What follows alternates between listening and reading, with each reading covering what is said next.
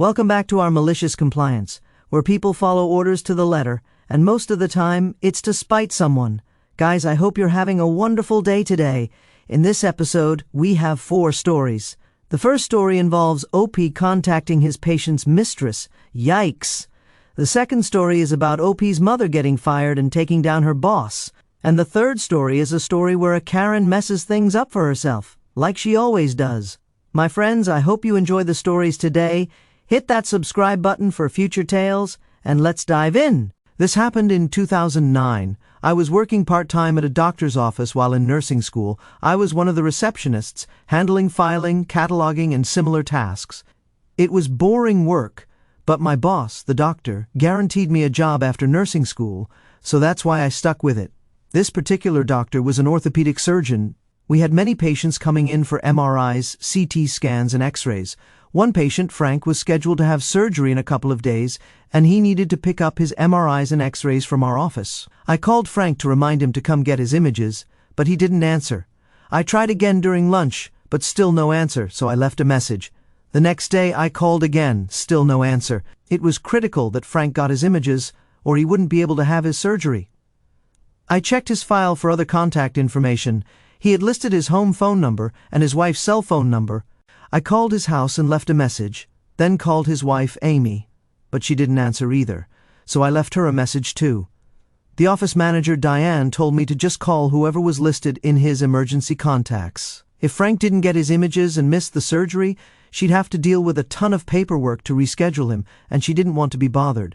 I looked at Frank's emergency contact, which listed a woman named Helen, with the relation noted as girlfriend. I told Diane I didn't want to call Helen since I'd already left a message for Amy, as it could put me in an awkward spot. Diane said that as long as the patient listed someone as an emergency contact, I could call them. She also mentioned it's not uncommon for couples to be separated but still legally married for insurance reasons, and that might be the case with Frank and Amy. That made sense, I suppose. I wanted to believe no one would be foolish enough to list their secret lover as an emergency contact, but boy was I wrong. So, I called Helen, and she actually answered. I was secretly hoping she wouldn't. I told her Frank's images needed to be picked up before his surgery. She came by during lunch, got the images, and left. I immediately called Frank again to let him know Helen had picked up his images, so he didn't need to worry about it. But this guy still wasn't answering his phone, so I left another message. A couple of hours later, Amy called back. She said she couldn't answer earlier because she was teaching, but she'd gotten my message and was coming to pick up Frank's images. I told her the images had already been picked up, trying to be as vague as possible. Amy asked who picked them up, saying she knew Frank was still busy at his office and hadn't had a chance to get them. I tried to stay vague, saying we called someone from his emergency contact list. Amy asked if it was his brother, Steve. At this point, I was really nervous. I said it wasn't his brother. She pressed, "Well, then who?" I told her it was Helen. She said, "Who is Helen? I don't know anybody named Helen." "Oh my goodness," I replied. "I'm not sure, but since she was on Frank's emergency contact list and no one else was answering, we called her and she came to get the images." Confused, Amy hung up. The next day was Frank's surgery. The day after, my boss jokingly asked me, "What the heck did you do to that guy? You basically ruined him." Apparently, Frank came in upset, saying my secretary had told his wife about his other girlfriend, and now he was in hot water.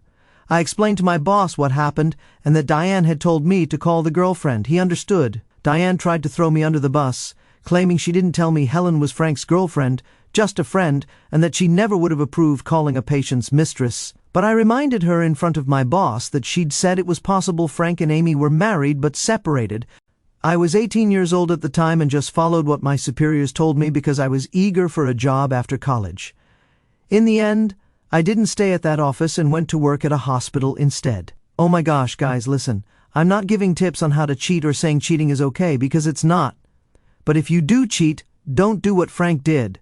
Listing your girlfriend as an emergency contact when you're married is practically begging for them to meet over your comatose body one day. One commenter summed it up perfectly. What kind of foolish guy lists his girlfriend as an emergency contact when he's trying to keep his wife from finding out? That's straight out of the How Not to Get Caught Cheating 101 handbook. Next story? This happened about 30 years ago, and my mother recounted it recently during a family dinner. Back in the 1990s, my mom worked as an accountant for a big company we'll call Company W. Her boss, the head of finance, was a shady guy. Despite being semi-wealthy and married with kids, he always tried to flirt with younger women in the office. After a few years, my mom, being the amazing accountant she is, noticed small irregularities in several financial statements. I don't know the technical terms, but she realized someone had been embezzling company money for at least a couple of decades. Concerned, she brought it up to the head of finance, who demeaned her, called her names, dismissed her claims, and threatened to fire her if she brought it up again. My mother isn't one to back down. Instead of crying, she set out to prove him wrong. A couple of months later, the head of finance hired a young, blonde, beautiful woman fresh out of college to train under my mom. My mother instantly knew what was going on and started looking for a new job. In the meantime, she trained the new woman, who, to quote my mom, wasn't the brightest bulb. Company W had a policy that allowed employees who were being fired to say they quit, give their notice, and still get paid. A fair policy. One day my mom was summoned by the head of finance and told she was being fired. She quickly used the company policy to her advantage, which angered him, but he had to comply. Here comes the malicious compliance you've been waiting for. Generally, when an employee is fired, there's no need for an exit interview. But the head of finance rudely told my mom that since she was going that route, she might as well do one. My mother had a light bulb moment and agreed. An exit interview is a formal way to leave a job, allowing employees to share their experiences and reasons for leaving for the record. You can see where this is going. When she went in, my mom brought 3 large boxes of files, each containing evidence of embezzlement. She presented them to the interviewer, who was stunned, and handed over all the evidence before completing her exit. My mom left the company that day, got new employment, and moved on. About a decade later, she learned what happened next. My dad, a delivery driver at the time, made a delivery to Company W. While there, he mentioned to an employee that my mom had worked there and how she left. The employee shared a juicy story. In the year following my mom's departure, her evidence led to an internal investigation. Hidden cameras were placed in the accounting division, every file was screened and photocopied, and bank records were triple-checked. The head of finance was caught embezzling from Company W, but it gets better. They also caught him on camera making out with the new woman in the main office after hours. The cameras also recorded him being cruel to subordinates and inappropriately touching other women. The biggest issue, though, was the embezzlement. Over 30 years, he'd stolen over $1 million of the company's earnings. He was summoned to the CEO's office after the evidence was compiled. Let's just say he wished he'd only been fired. He was arrested for embezzlement and a few other things my mom can't recall. The new woman admitted he'd hired her after they started dating and even told her about his scheme. Her job was to help cover it up so they could live a lavish lifestyle. She barely knew what accounting was beyond managing money. A perfect cover. To top it off, when his wife found out, she confronted him at the office, slapped him, screamed at him, and said she'd see him in court for a divorce. While my dad couldn't learn exactly what happened next, it was clear the guy's life was ruined. My mom, while not vindictive, felt a bit of joy over the outcome. The lesson here? Never mess with an accountant who knows their stuff. Think about this. If he'd been nice, he might still be getting away with embezzlement today. $1 million over 30 years is wild. I wonder how much jail time he had to serve. The divorce was probably the least of his worries. Next story. I work at a movie theater. It was a Sunday morning, usually a busy time with lots of kids and children's movies. In this case, a Karen came in with her 2 kids, around 4 and 5 years old. As you know, movie theaters charge high prices for snacks and drinks. It was obvious from the start that I was dealing with a total Karen. She kept her sunglasses on, chewed gum, and stayed on her phone the entire time she was in line. When it was her turn, I thought to myself, your shift just started. Be nice, and maybe this will go smoothly. Spoiler, it didn't. Karen was annoyed about the ticket prices and unhappy with the lack of healthy snack options. Her kids were acting wild, running around the place, so I'll call them Ollie and Rex, like dogs. Where I'm from, we have a display where you can scoop your own candy into a bag for a fixed price per 100 grams, about 3.5 ounces. Being a movie theater, it's crazy expensive, and a full bag can cost around 16 to 17 euros. Ollie said, "Mommy, can we scoop some candy?" Karen asked how much it cost, and I was about to say €1.50 per 100 grams when Rex begged for candy too. Karen told him to help his brother scoop. At this point, she'd already spent too much time in line. Normally, you scoop the candy before making your purchase to avoid slowing down the transaction so we can help other customers. Not Karen, though. She went back to texting on her phone. I was baffled, annoyed, and just wanted to help other customers because the movie was starting in 15 minutes, and the lines weren't moving. Trying to be a good Samaritan, I eyeballed Ollie's bag of candy to estimate the cost. To my amusement, it was enormous, almost the size of his head. I estimated it would cost about €15. Rex's bag wasn't full, but he was still scooping. I figured the price might be higher, but I just wanted this over and didn't want to overcharge them. I told Karen the total would be €44. She said, "What? Why is that so expensive?" I explained that the candy weighed a lot. She snapped, "You didn't even weigh it. You're trying to rip me off. Weigh it and give me the correct price." She grabbed the bags from Ollie and Rex. She was right. I hadn't weighed them, but I wasn't trying to scam her. In fact, I was giving her a discount. I smiled, took the bags and put them on the scale. The price was visible to both of us. I said, "Sure, miss. As you can see, the total is €53. Of course, Karen got angry and demanded I call the manager, claiming I was still ripping her off. The manager came, weighed the candy, and confirmed the price was €53. Because of hygiene rules, you have to pay for the candy once you scoop it. Karen eventually bought everything and walked away angry with her kids. Luckily, my manager was a nice guy, so I didn't get in trouble for guessing the weight. At the end of my shift, I was glad I could ruin a movie experience for a Karen. Guys, those kids got over 7 pounds of candy. Price aside, who lets their kids buy over 3 pounds of candy each? That's wild, and every kid's dream. Next story. This story takes place near the very beginning of my software engineering career, back in 2005 and 2006. I had just been let go from my previous place of employment due to being compliant with directives I'd been given, thus working myself out of a job. I was a young college dropout from a technical college that had not been federally recognized yet. As a result, all my student loans were from banks and loan companies instead of from Uncle Sam, and debts were due. I was also making payments on my very first car, even though it was a beater. Of course, I had rent and utilities to cover. The job I had just been let go from already had me living paycheck to paycheck, as they paid far below the average rate. Being a new professional, I couldn't be very choosy. I was living in Los Angeles County, where the cost of living was so high that I had to choose which bills would be late each month. Specifically, I was living in a town called San Pedro, a small town tucked fairly out of the way. After blasting my resume to all the job boards, I get a call from a startup that seems interested in my resume and wants me to come in for a face-to-face interview, skipping the phone screen entirely. In my desperation, I agree. I'm given an address, which is all the way up in Woodland Hills. I check the internet, and it's a 55-minute drive, so long as there's no traffic. With traffic, the commute looks more like 1 hour and 45 minutes each way. I'm desperate though, and literally nobody else has reached out about my resume or responded to my applications, so I go to the interview. I arrive at an almost empty office complex with maybe 6 or 7 cars in a parking lot capable of holding at least 50. I go into the building mentioned in the address and call the phone number. Here enters Chad. Chad comes to meet me and seems really excited that I've come. He escorts me through the building to an office, and, mind you, as far as I can see, we're the only 2 humans in the building. He gives me the pitch for the company, telling me he built the software being sold, but it's not scalable, and he needs someone who can rewrite it. After we go through the whole interview song and dance, he offers me a job on the spot. The pay is marginally higher than my last gig, so I figure gas would be covered for the commute. I agree, we shake hands, and I'm set to start the next Monday.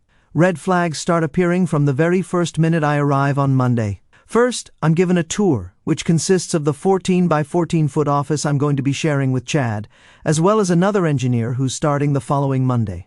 I'm not a fan of having someone able to look over my shoulder, as it makes me nervous. I ask why each engineer's desk has 2 computers, and Chad says it's because the one we'll be writing code on does not have internet access for security purposes. I want to note that this was pure paranoia. There was nothing about this software that required such tight security. We weren't doing any government contracts or anything of the sort.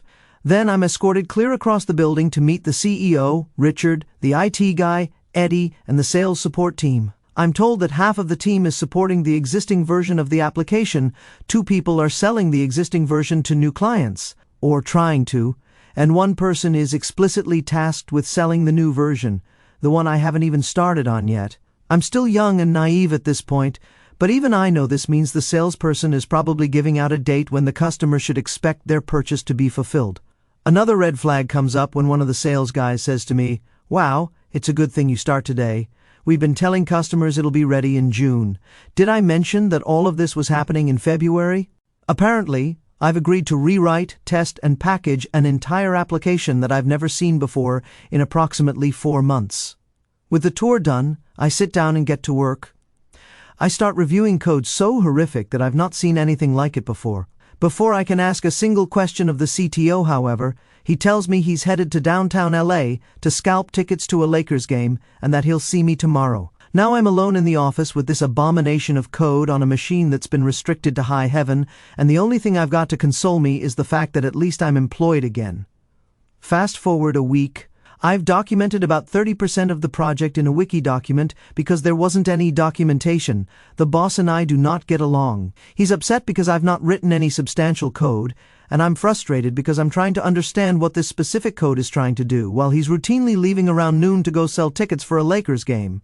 I've taken to leaving after sunset so I can get more done, have a shorter commute, and drive when my car is not an oven, as the AC doesn't work. I've barely managed to convince the CTO that what I'm doing is necessary so the engineer starting next Monday doesn't have to deal with the same mess I've got, which would make us a more efficient team. Monday arrives, and in comes Big Brother. I call him this because he was a much more experienced engineer than I was. We spend the first day getting him set up and reviewing what I've documented. He manages to answer some questions the CTO never did, just because he's that much better, and I start to feel more confident. Over the next few weeks, Big Brother takes me under his wing as an engineer, teaching me best practices, standards, and where my plans were good and where they could be better. If it hadn't been for him, I would have gone insane. I end up joining him outside for smoke breaks, even though I don't smoke, just to get a breath of non-office air. He and I discuss the project, and we also make friends with Eddie, who makes us laugh by telling us horror stories about the CTO and the CEO. Apparently, they were high school friends. April comes around, and I've got a special occasion I need the day off for, which happens to be a Wednesday that year. I'd advised Chad when I first started, and he'd been cool with it. I remind him on April 2nd, since I had an irrational fear of policy decisions being made on April Fool's Day. He loses it. He goes off on a rant and straight up informs me that he regrets hiring me, claiming that I don't have the skills I told him I did and that I wasn't worth what I was being paid. We're definitely not halfway done with the project. We're more like a third done, and it's already been decided that June is a lost cause. We're now aiming for August. The habit I started of leaving after the sun went down never stopped. I was arriving at 9 in the morning every day and leaving around 10 at night, trying my best. Big Brother was the same, and Eddie would stay late with us just because we liked hanging out together. It should be understandable that I was very close to losing it right back at Chad. In a strained yet diplomatic voice, I told him that if he put the same amount of work into helping us as we put into rewriting his code, we'd probably be a lot closer to done than we were, especially given the 12-hour days. He was not a fan of that. He switched to straight yelling, blaming us for lost sales and refunds due to delays, saying the only way he'd get off our backs was by us getting the project done. This entire time, Big Brother is just sitting there and says nothing to back me up. Chad leaves the office for a bit, and I declare that I'm taking my lunch and will be back in an hour. I felt upset by Chad and betrayed by Big Brother, who I felt should have had my back since we were in the same boat. When we were both back in the office, Chad apologized for yelling and told me that, since he agreed when I was hired that I could have my day off, it was fine. I apologized too, although not for anything specific. Fast forward to June and the opportunity for malicious compliance. Over the last 2 months, Chad has been getting worse and worse. He's yelling nearly every day, and he's still leaving early too. Big Brother and Eddie are also feeling the pain, and nobody is safe from his ego. The first Monday in June rolls around, and Chad invites me to go on a walk outside for a one-on-one meeting. I figure I'm being fired because, at this point, we've had to nearly rewrite the entire code, and we're only 60% done. An August release is looking less and less certain. Chad informs me that he's hired a third engineer, but in order to pay the guy, he's cutting my salary in half. I stop on the spot and just give him a blank look. I ask, "Are you serious? I'm barely able to pay for my bills and the gas required to commute here as it is. If you cut my salary at all, I won't be able to afford to live." Chad brushes me off, laughs out loud, and says, "That's not my problem. If you can't afford to live, the fact that you missed one deadline and it looks like you're going to miss another one is, if you've got a problem with that, you're more than welcome to go find another job. The new guy starts in 2 weeks." And with that, he walks inside. I had just been told that I had 2 weeks left at my current salary. Fine. That day, I do something I hadn't done since I first started. I left while the sun was still up, specifically at 5 in the afternoon. I drive my oven-like car through traffic, update my resume, and reactivate my accounts on all the job sites. I'm contacted the next day by a potential new employer, and I get an interview scheduled. I decide to tell Big Brother about the new opportunity, and he hits me with news that shows just how small the world is. I say, "Hey, big bro, just for your information, I've started looking for a new job, and I've already got an interview lined up." He replies, "Really? Where?" I tell him it's at X company, and he says, "Wow, that's where I worked before I came here.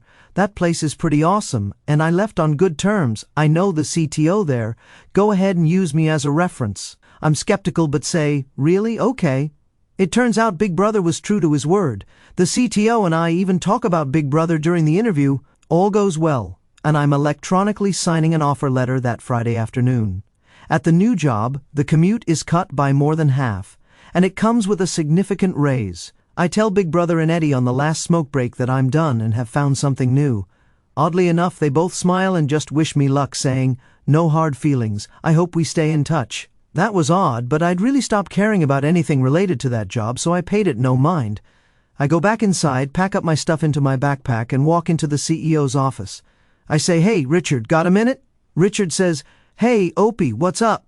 I reply, "I just want to let you know that I found a new job, so I'm moving on." Richard, in a panic, says, "What? Really? Why? We need you." I tell him, "You guys decided it was cool to cut my salary to a point where I couldn't afford to live.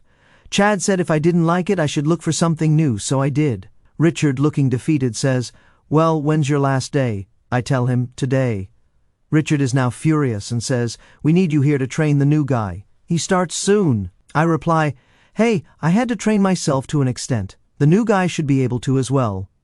With that, I leave for greener pastures. 4 months later, Big Brother texts me to ask how things are going. I tell him things are great, and we schedule a lunchtime call because, apparently, things have gone sideways in a huge way. Part 1, Chad comes in on Monday morning, violently angry, and demands that Eddie remage my work machine, which erases everything I left on there. Big Brother comes in an hour later, and he and Chad discuss the new timeline for the project. Somewhere in there, Big Brother asks Chad to log into the admin account on my old work machine so he can pull the documents I'd accumulated about the planned architecture, the existing code, meeting notes, and so on. Chad freaks out, apparently punching a hole in the wall and leaving for the day. Big Brother then spends the rest of that week ostensibly working on recreating the documentation I'd worked on for months, from scratch. Part 2. When I ask how the new guy handled the new documentation, Big Brother laughs and tells me there was never any documentation. Apparently, he and Eddie had become really good friends in the months we worked there, to the point where they'd become roommates about a month before I left. More than that, they decided to start a freelancing and consulting business together and only had to decide when to make that their full-time jobs. Neither of them liked Chad much and wanted to make their departure hurt as much as possible. They decided to make Big Brother's last day the day before the new guy starts, and Eddie would quit shortly afterward, sticking around just long enough to watch the chaos unfold. Did I mention that Big Brother never told Chad he was quitting? Yeah, he just didn't show up that Monday. He had, however, emailed the documentation he'd spent a week writing to Chad. It turns out he wasn't documenting the code at all. He had spent the entire week writing a letter explaining in excruciating detail why Chad was such a terrible boss. And he emailed it to everybody in the company. I asked if he still had it so I could read it, and he sent it to me after the call. Thankfully, like the big helper he was, Eddie had ensured that the new guy's email was set up and in the proper groups before the email was sent, so the guy's first email in the company was a novella about the kind of person he agreed to work for. Apparently, Chad thought it was appropriate to take his frustration out on the new guy, who had already read a significant portion of the email before Chad shoved him away from his desk and deleted it. The new guy promptly decided that agreeing to work for Chad had been a mistake. He packed up his things and quit on the spot. Part 3, with the new guy quitting, the August deadline was now little more than a dream within a dream. According to Eddie, this doesn't stop Chad and Richard from trying to find that miracle rockstar engineer who can save them from their own situation. Time advances in its unstoppable way. August arrives, and the customers find that they've paid for something that hasn't been delivered yet. pretty much all demand refunds, with a few customers bringing legal action against them. With the amount they have to refund and the money now needed for legal fees, they could no longer afford to pay anybody and were forced to shut down the business. What a wild and satisfying story, guys. Imagine working for such a shady startup company where people literally have no idea what they're doing and just rely on employees to save them. Sounds like the place I work at. If only the head honchos took things a bit more seriously and treated their staff with respect, they might still be in business today. What a crazy fallout for a ridiculous company. I'm glad Opie and his ex-co-workers went on to bigger and better things, though. These stories left an impression on me, so here's my viewpoint. Frank's mistake. I was stunned by Frank's recklessness, listing his girlfriend as an emergency contact while married. As an 18-year-old receptionist following orders, I'd have been mortified calling Helen, especially after Amy's confusion. Diane's insistence on contacting the emergency contact put you in a messy spot, and her throwing you under the bus was unfair. Frank's meltdown post-surgery was his own fault. Cheating and sloppy paperwork don't mix. I'm glad you moved to a hospital job. That office sounded like Drama Central. Embezzling boss, your mom's story is epic. Uncovering $1 million embezzlement scheme over decades while training a clueless accomplice? Genius. I love how she used the exit interview to drop those evidence boxes exposing her shady boss. His downfall, arrest, divorce, and public humiliation was so deserved. As someone who's dealt with dismissive older colleagues, I admire her tenacity. Never underestimate an accountant with a mission. That creep learned the hard way not to mess with her. Movie theater Karen's entitlement at the candy counter was infuriating. Letting her kids scoop 7 pounds of candy while texting? Negligent and obnoxious. I'd have been annoyed too, stuck serving her while the line grew. Your accidental overcharge turning into a higher real price was poetic justice. Her demanding a manager only to be stuck with the bill? Perfect. I bet she grumbled through the whole movie and those kids were on a sugar high for days. Shady startup Chad. Chad's startup was a nightmare. As someone who's faced workplace chaos, I feel your pain with that soul-crushing commute and paranoid setup. Chad's tantrums and salary cut threat were unhinged. Blaming you for his poor planning? Absurd. Your early exit, followed by Big Brother's savage email and the new guy quitting, tanked the company beautifully. I'm thrilled you landed a better job. Chad and Richard deserve that collapse for their incompetence and ego. And that brings us to the end of our malicious compliance. I hope you enjoyed the stories today. If you did, give it a thumbs up. If you missed the last episode, I'll link it right here. Check it out if you haven't. I'll see you in the next one. Love you all.